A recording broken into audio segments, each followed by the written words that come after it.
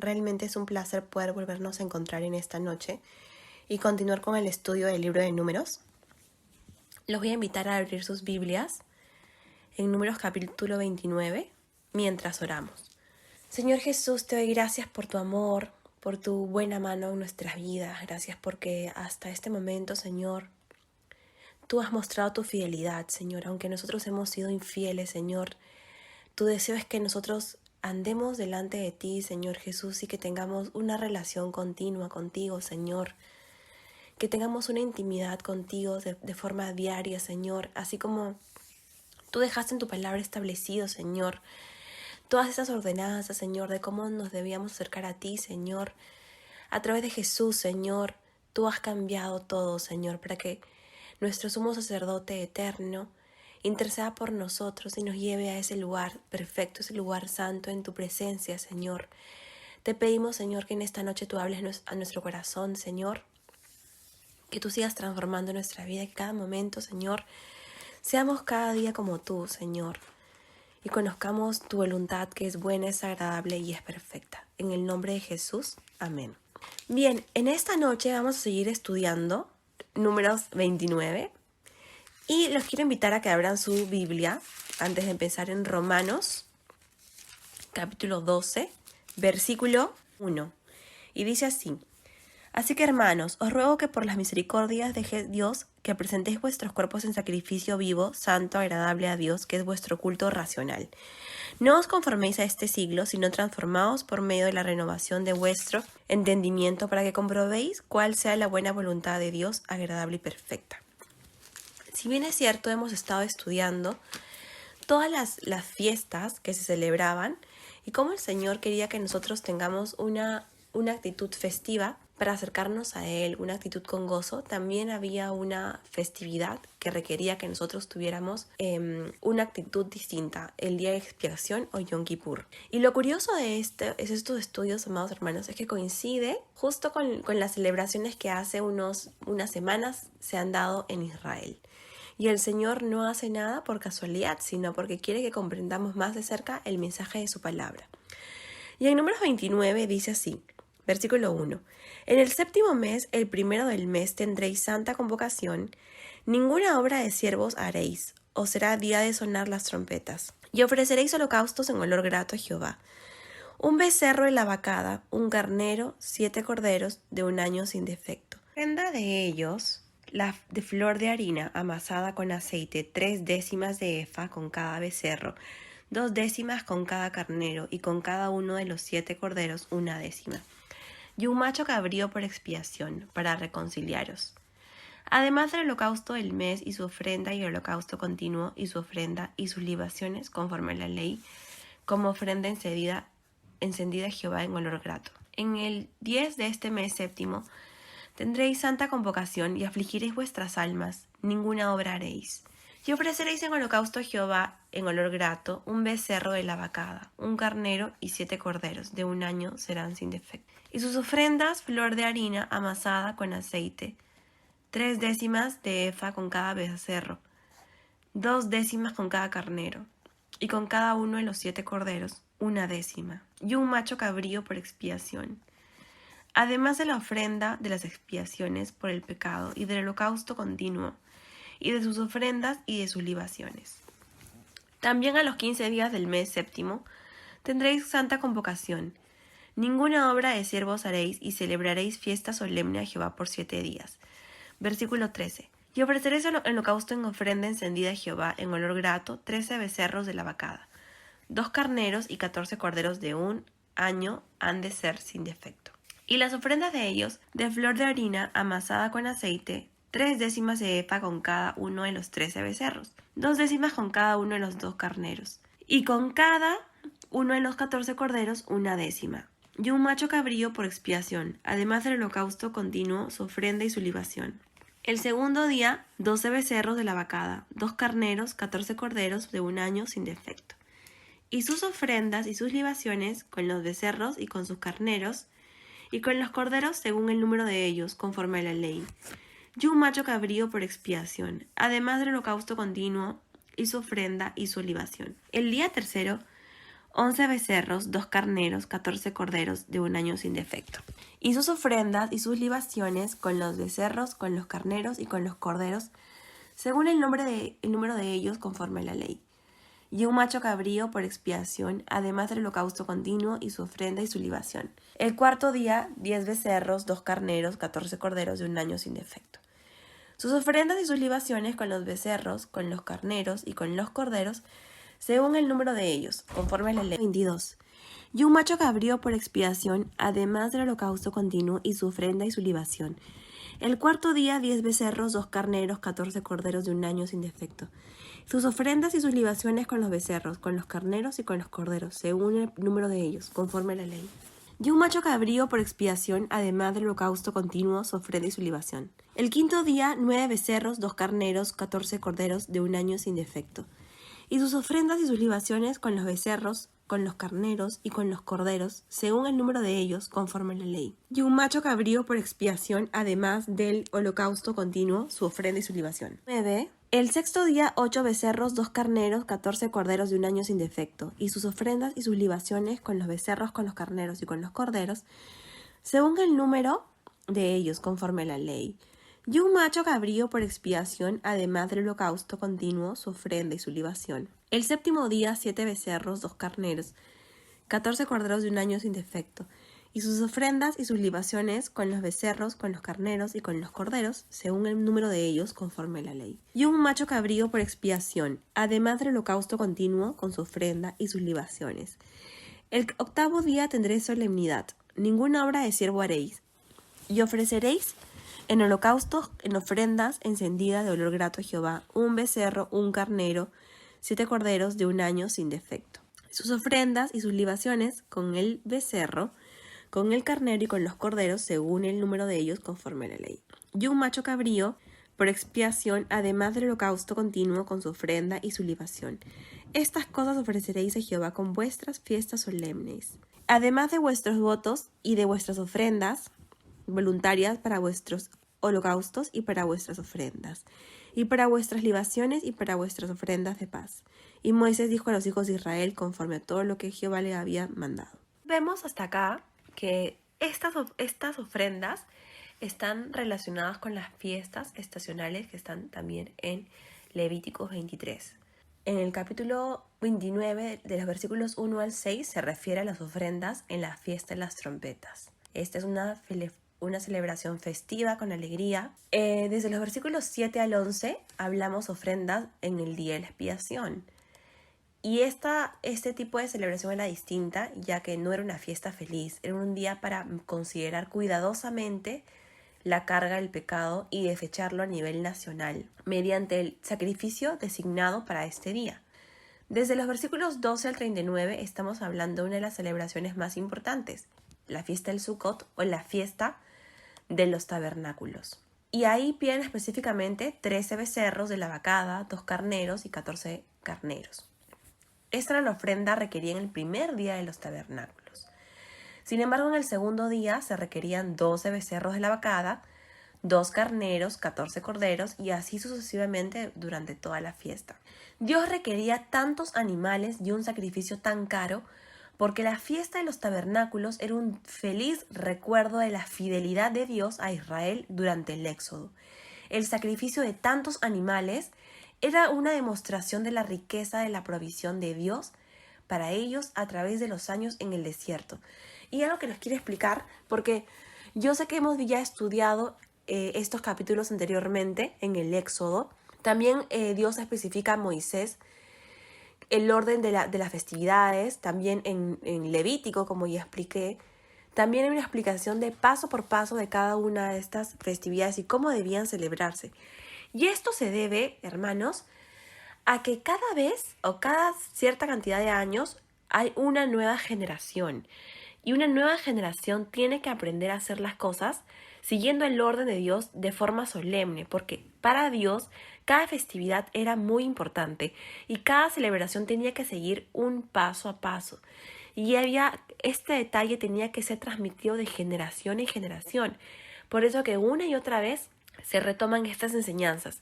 Esto me recuerda hace poco en una clase de niños, un niño nos dijo las maestras, ¿por qué nos vuelven a enseñar lo que ya sabemos?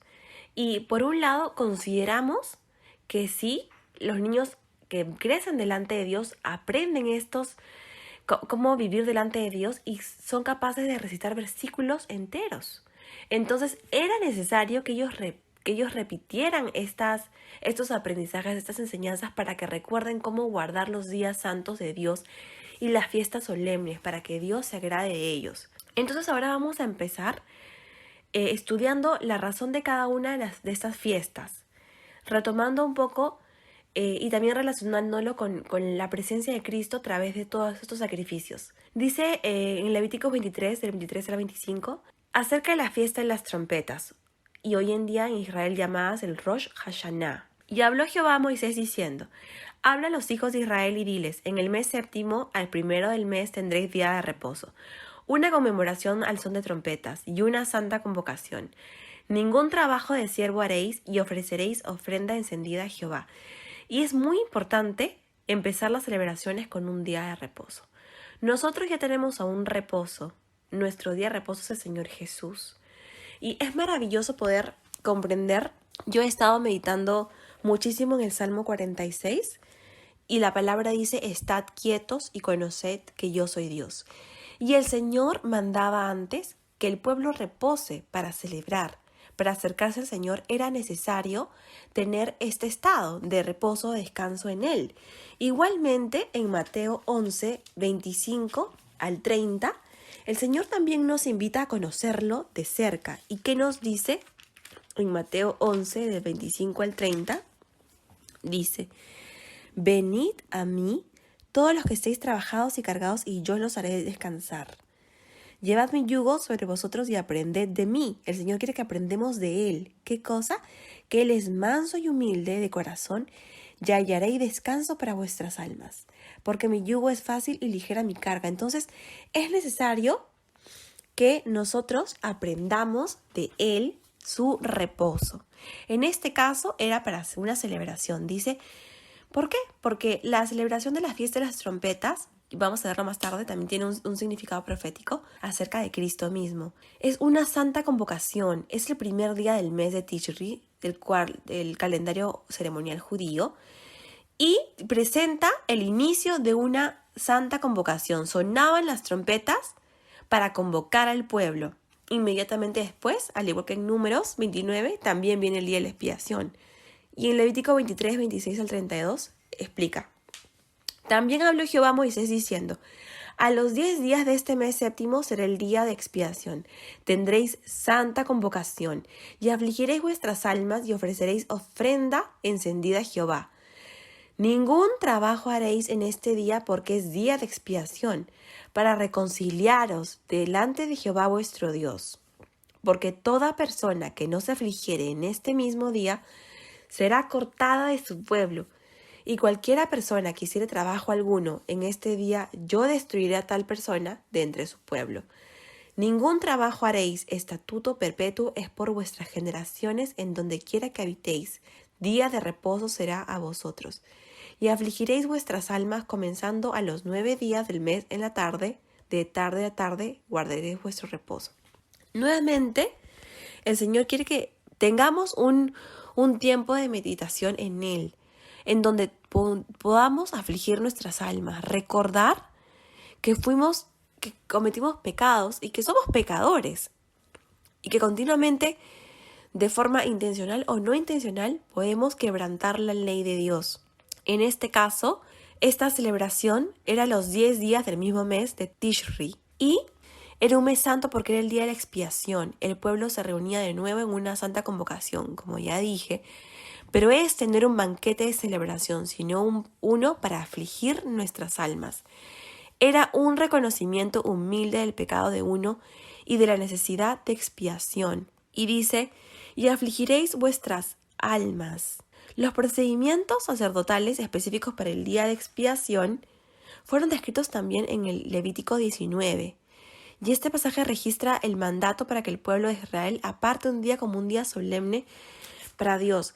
Y si nosotros también recordamos podemos leer Isaías 53, amados hermanos, o también estudiar los evangelios, aquellos capítulos en cómo Jesús fue quebrantado por nosotros. Y recordar que nosotros merecíamos la muerte eterna si no hubiera sido porque Él mismo, de forma voluntaria, ofreció su vida por nosotros. Y la palabra dice que Él, si ustedes ven desde el Isaías 52, dice: como se asombraron de ti muchos, de tal manera fue desfigurado de los hombres su parecer y su hermosura más que la de los hijos de los hombres. Dice en el versículo 14. Y dice en el versículo 15: así asombrará él a muchas naciones. Los reyes cerrarán ante él la boca, porque verán lo que nunca les fue contado y entenderán lo que jamás habían dicho. Entonces hay que tener reposo. ¿Para qué? Para tener un día de poder entender, poder comprender las cosas de las que nos han contado acerca de nuestro Jesús. Y luego dice: ¿quién ha creído, en el capítulo 53, a nuestro anuncio, y sobre quién se ha manifestado el brazo de Jehová? Y luego hablan de Cristo. En el versículo 3, despreciado y desechado entre los hombres, varón de dolores, experimentado en quebranto, y como que escondimos de él el rostro, fue menospreciado y no lo estimamos. Ciertamente llevó él nuestras enfermedades y sufrió nuestros dolores, y nosotros le tuvimos por azotado, por herido de Dios y abatido. Mas él herido fue por nuestras rebeliones, molido por nuestros pecados. El castigo de nuestra paz fue sobre él, y por su llaga fuimos nosotros curados. Todos nosotros nos descarriamos como ovejas, cada cual se apartó por su camino, mas Jehová cargó en él el pecado de todos nosotros. Angustiado él y afligido, no abrió su boca. Como cordero fue llevado al matadero, y como oveja delante de sus trasquiladores enmudeció, y no abrió su boca. Por cárcel y por juicio fue quitado, y su generación, ¿quién la contará? Porque fue cortado de la tierra de los vivientes, y por la rebelión de mi pueblo fue herido. Y se dispuso con los impíos su sepultura, mas con los ricos fue en su muerte, aunque nunca hizo maldad, ni hubo engaño en su boca. Con todo eso Jehová quiso quebrantarlo, sujetándole a padecimiento. Cuando haya puesto Jehová expiación por el pecado, verá linaje y vivirá por largos días. Y, queridos hermanos, es en Él en quien debemos meditar. Es en que nosotros, al haber sido y al cometer pecados, necesitamos meditar en Jesús, en su imagen redentora, en que Él fue el Cordero perfecto, en Él se cumplieron todas las profecías. Él era nuestro Redentor. Y tenemos que, ese día nos recuerda cómo debíamos presentarnos y qué ofrenda debíamos presentar. Pero nuestro amado Jesús ya lo hizo todo. Él mismo se presentó. Dice la palabra de Dios en Filipenses, los que si estudian la palabra, que Él tomó forma de hombre y se hizo siervo. Y aún así Él tomó su cruz y tuvo una muerte, pero muerte, como ya dije, de cruz, y Dios lo exaltó finalmente. Pero pasar todo un proceso realmente es un proceso de dolor, un proceso que ninguno de nosotros pudiera haberlo atravesado por nadie. Por más que alguien diga amar a otra persona, ese sacrificio que él sufrió, no solamente físico, sino también de ansiedad, porque la palabra nos cuenta que en Getsemaní él sufrió. Él tuvo ansiedad y que incluso llegó a derramar gotas de sangre, y él no quería morir en la cruz, pero fue obediente hasta la muerte. Y le dijo a Dios: Padre, si es posible, aparta de mí esta copa, pero no sea mi voluntad sino la tuya. Y es ahí donde el cristiano puede también encontrar el reposo para todas sus cargas, porque ninguno de nosotros quiere sufrir dolor ni pesares, pero cuando le entregamos a Dios nuestra carga de una forma genuina, y le decimos a Él que haga su voluntad, Él nos libra de nuestras cargas. Y esta celebración era para ello, era para recordar que ellos habían sido liberados de la esclavitud del pecado y que necesitaban un día de arrepentimiento nacional, el Yom Kippur. Luego entramos a la fiesta de los tabernáculos, o el Sukkot. Y esta fiesta comprende desde los versículos 12 al 39 del capítulo 29 de Números. Y la fiesta de los tabernáculos también está escrita en Levíticos 23, desde los capítulos 33 al 44. para los que ustedes desean leer, los que desean leer después. Y esta fiesta dice que a los 15 días de este mes séptimo será la fiesta solemne de los tabernáculos, en el 15 día del mismo mes judío de Tishri. La fiesta de los tabernáculos era un tiempo de regocijo en la liberación y provisión de Dios para Israel durante el tiempo de sus andanzas en el desierto. Un tiempo que cuando se llegó a la tierra prometida, al ver hacia atrás con gratitud por todo lo que Dios había hecho para liberar y proveer durante los tiempos difíciles en el desierto. El primer día será de reposo y el octavo día será también de reposo. La fiesta de los tabernáculos comenzaba y terminaba en descanso. Entonces, en esa celebración necesitaba haber también descanso al inicio y al final. Todo se trataba de celebración, descanso y refrigerio. Entonces, esto habla también de nuestro Jesús. Ahora les voy a explicar por qué. Aquí también vemos el gran bien social que Dios tenía intencionado en el día de reposo y en las fiestas. En otras culturas antiguas no había días de descanso y no habían días festivos. Aquí Dios ordena tanto días festivos como días de vacaciones y todos centrados ¿en quién? En Jesús. A mí me gusta mucho estudiar el libro de Hebreos. Me parece que es un libro donde Dios responde todas las preguntas que podemos tener como creyentes. Es un libro donde están las grandes verdades del Antiguo Testamento en Cristo. Y si ustedes me acompañan, vamos a leer Hebreos 4. Bueno, vamos a empezar desde Hebreos 3:18. Dice así: y a quienes juró que no entrarían en su reposo, sino a aquellos que desobedecieron. Y vemos que no pudieron entrar a causa de incredulidad. Entonces, hermanos, tenemos que reposar. Porque si nosotros no descansamos en Dios, la consecuencia va a ser incredulidad. No vamos a poder confiar en Él, sino que vamos a estar dudando de Él. Este pueblo que por 40 años se quedó sin entrar al reposo de Dios, nunca pudo entrar a la promesa de Dios porque no supo descansar. Siempre estaban ansiosos, pensando en que lo que les faltaba, en sus necesidades.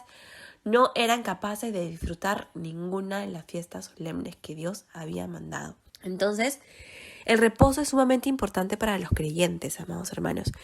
También si ustedes desean leer, pueden leer desde el capítulo 4, del 1 al 11, donde dicen: temamos pues, no sea que permaneciendo aún la promesa de entrar en su reposo, a alguno de vosotros parezca no haberlo alcanzado. Entonces el Señor nuevamente nos dice que el reposo es imprescindible para la vida del cristiano.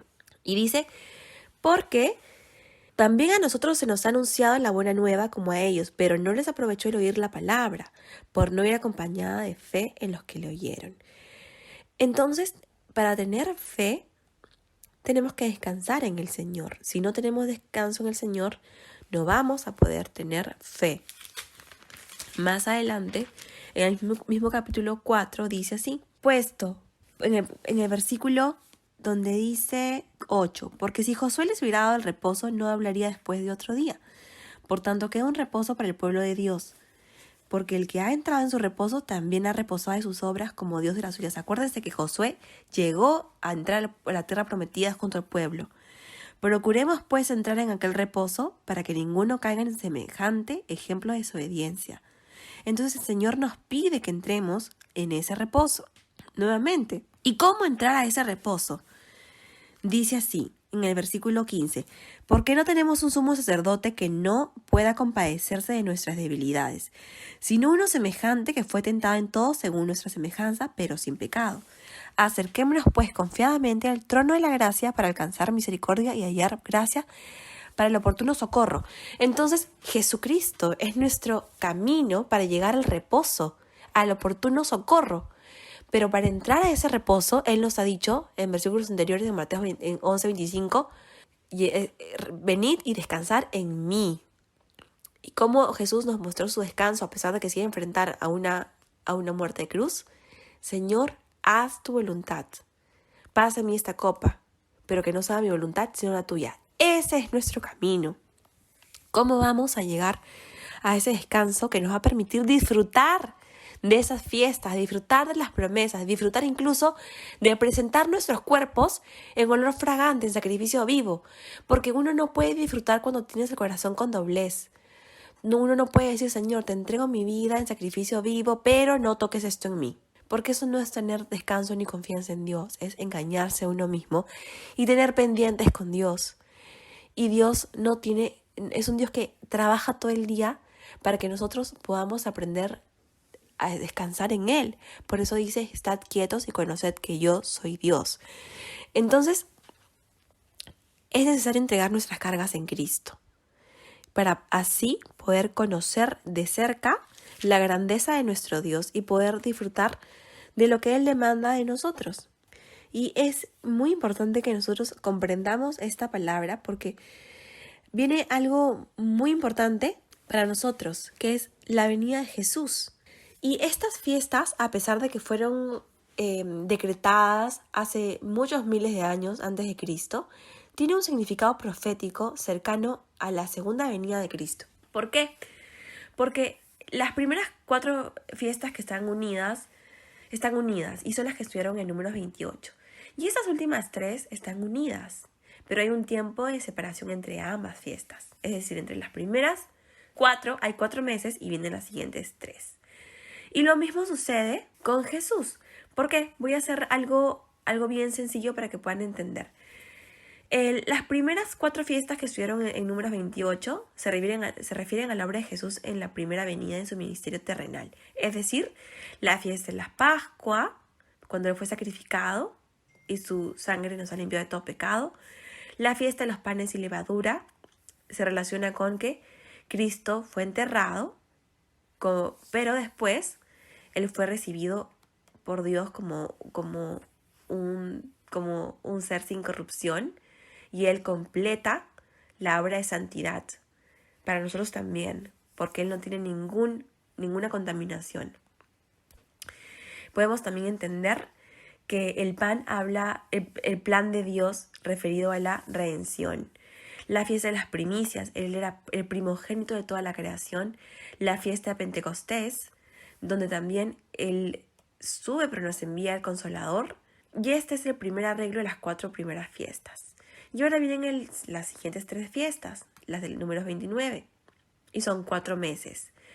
Y se refieren más bien a nuestro tiempo de siega, al tiempo de la iglesia, nuestra labor y a la plenitud de los gentiles. Es decir, así, el segundo grupo de las últimas 3 fiestas están relacionados con la venida de Cristo. Hay una fiesta de trompetas y habla de la asamblea final del pueblo de Dios, es decir, nosotros, cuando ya estemos reunidos con Él en los cielos. En 1 Tesalonicenses 4, 16 al 17, porque el Señor mismo con voz de mando, con voz de arcángel y con trompeta de Dios, descenderá del cielo y los muertos en Cristo resucitarán primero. Luego nosotros los que vivimos, los que hayamos quedado, seremos arrebatados juntamente con ellos en las nubes para recibir al Señor en el aire. Y así estaremos siempre con el Señor. Por tanto, alentaos unos a otros con estas palabras. Entonces el Señor también hace referencia de nuestro llamado, de una reunión final con Él, de un propósito que tiene de la iglesia con Él. Tiene también un periodo de expiación, pero ya dirigido a Israel, donde ellos podrán ser partícipes de esta siguiente parte de limpieza y purificación. Y también de una fiesta de los tabernáculos, donde habrá un descanso con Él. Y donde la palabra habla de que ya habrá todo al final se tratará del descanso y paz en el reino milenial de Jesús. Bueno, y al final, en el versículo 40 dice: Y Moisés dijo a los hijos de Israel, conforme a todo lo que Jehová le había mandado. Y entonces entendemos que, significativamente, Israel está cerca a la tierra prometida. Necesitaban que se les recuerde el lugar esencial del sacrificio. La gente de la tierra prometida sabe que necesita un sacrificio expiatorio y lo recuerda a menudo. Una obediencia debía ser costosa porque Jehová lo había mandado.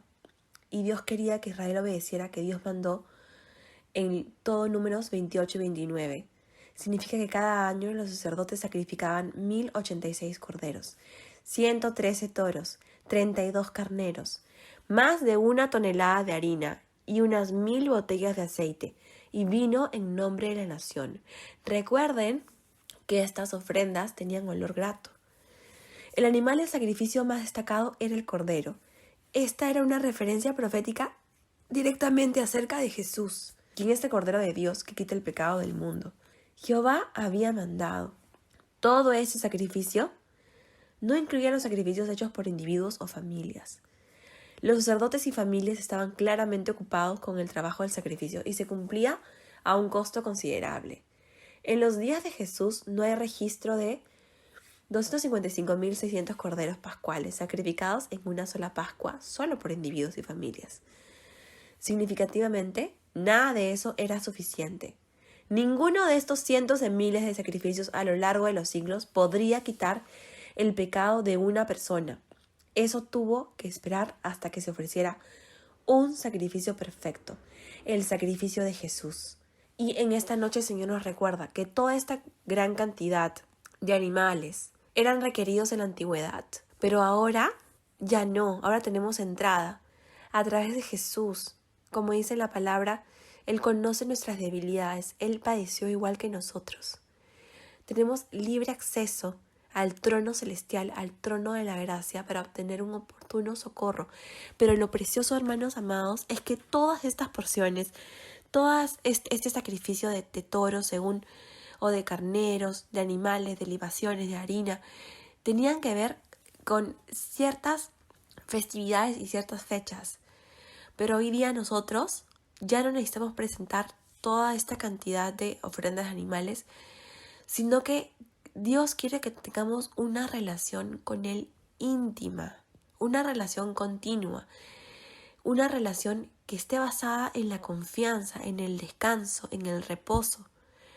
Cuando nosotros estamos quietos, como dice en el Salmo 46, todo se puede mover, todo el mar puede estar embravecido, podemos escuchar de guerras nucleares, podemos escuchar de reinos contra reinos, podemos escuchar de inflación, podemos escuchar de recesión, podemos escuchar del incremento del dólar, podemos escuchar todo tipo de tragedias, amados hermanos.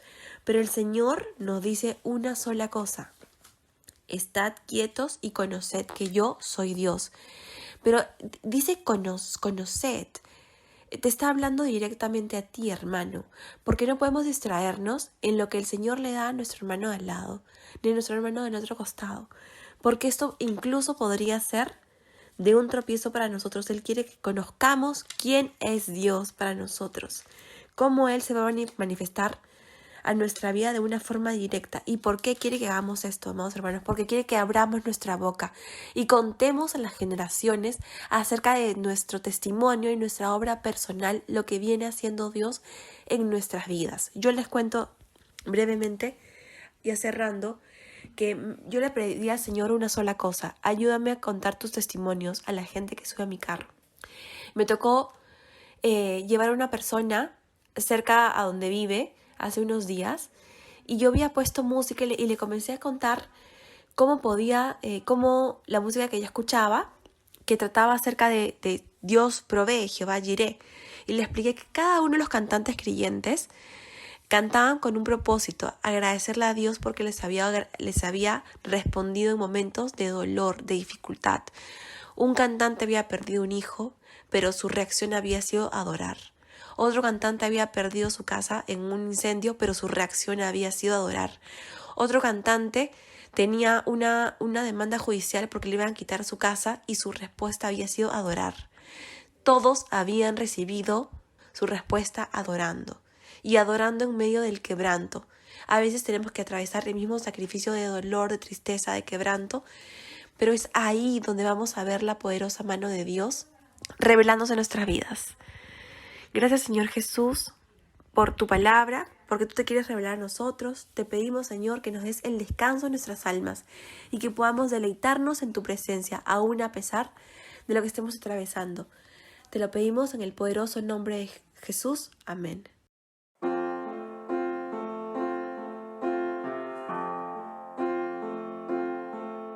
Al estar en la presencia de tu divinidad y al contemplar la hermosura de tu santidad,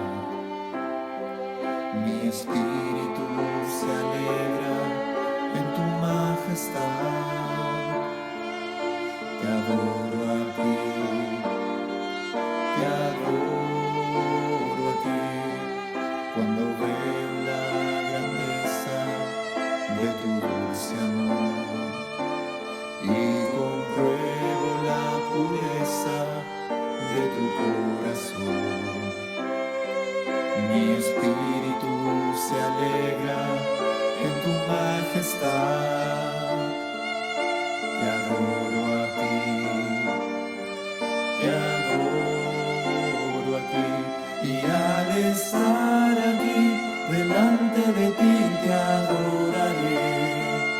Postrado ante ti, mi corazón te adora, oh Dios, y siempre quiero estar para adorar y contemplar tu santidad. Te adoro a ti, Señor, te adoro a ti, y al estar aquí delante de ti te adoraré. Postrado